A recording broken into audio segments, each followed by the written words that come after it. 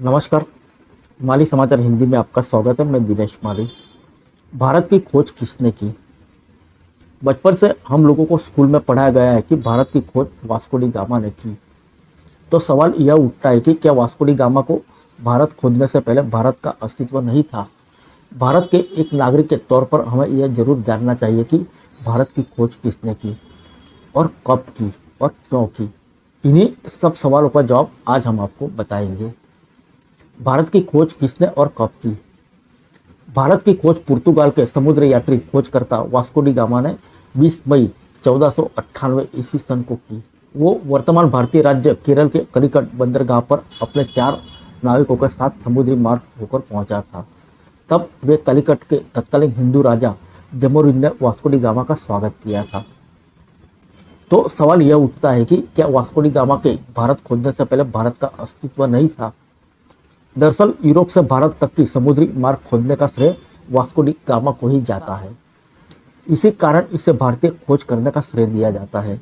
इससे पहले कई आक्रमणकारी घुसपैठिए जैसे कि सिकंदर, मंगोल, अरब के लोग भारत आ चुके थे, पर वो समुद्र मार्ग से नहीं आए थे। वो प्रसिद्ध स्थलीय रास्ता खैबर दर्रा से होकर आए थे। भारत एक बहुत ही समृद्ध देश था। यहाँ पर कई चीज़ों जैसे कि मसाले, सोने चांदी इत्यादि का उत्पादन भारी मात्रा में हुआ करता था। वास्को डी गामा के भारत खोजने के यथार्थ यूरोप महाद्वीप को समुद्री मार्ग से भारत को जुड़ने से भारत के व्यापारी अब आसानी से अपने सामान को यूरोप के बाजार में बेच सकते थे। साथ यूरोपियंस भी भारत सामान ले जाकर अपने मार्केट में बेचते थे और मोटा मुनाफा कमाते थे। भारत की खोज हो जाने से भारत अब वैश्वीकरण की ओर बढ़ रहा था और पश्चिमी देशों से व्यापार के रूप से जुड़ गया था। पर इसके कारण यूरोपियन देश जैसे कि डच, फ्रांसीसी, ब्रिटिश अब भारत में व्यापार के जरिए यहाँ की राजनीति में दखल देने लग गए और फिर धीरे धीरे उन्होंने भारत में अपनी कॉलोनियाँ बसानी शुरू कर दी। फिर भारत को एक उपनिवेश बना लिया। कौन था वास्को डी गामा? आइए जानते हैं वास्को डी गामा के बारे में। वास्को डी गामा का जन्म 1460 ईस्वी सन में पुर्तगाल के सिंध शहर में एक रईस परिवार में हुआ था। यह पहले यूरोपियन थे जिन्होंने समुद्र मार्ग से भारत पहुंचे थे।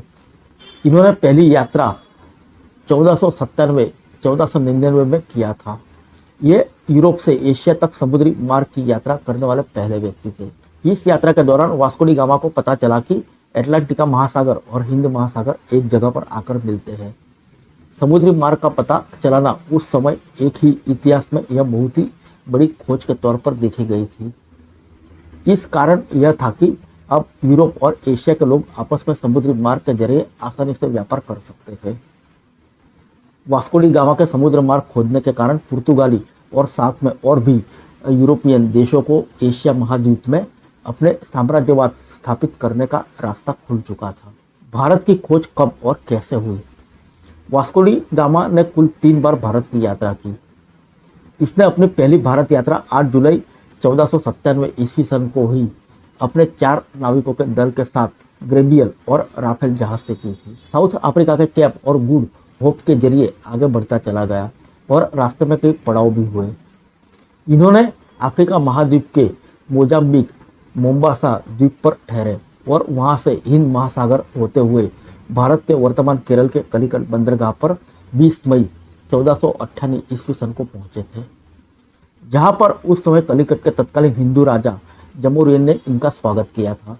और तर्कीबन भारत में वास्को डी गामा अगले 3 महीने तक रहा और व्यापारियों से व्यापार करने के लिए मुलाकात करता रहा और भारत को जानने की कोशिश करता रहा। इसके बाद वास्को डी गामा व्यापार के सिलसिले में 2 बार 1502 ईस्वी सन में और तीसरी बार पुर्तगाली भारतीय राज्य का गवर्नर बनकर भारत में आया था और अंततः इसकी मौत 1524 ईस्वी सन में भारत के कोचीन शहर में हो गई। फिर मिलेंगे अगले बुलेटिन में अन्य किसी खबर के साथ। तब तक के लिए इजाजत दीजिए। नमस्कार।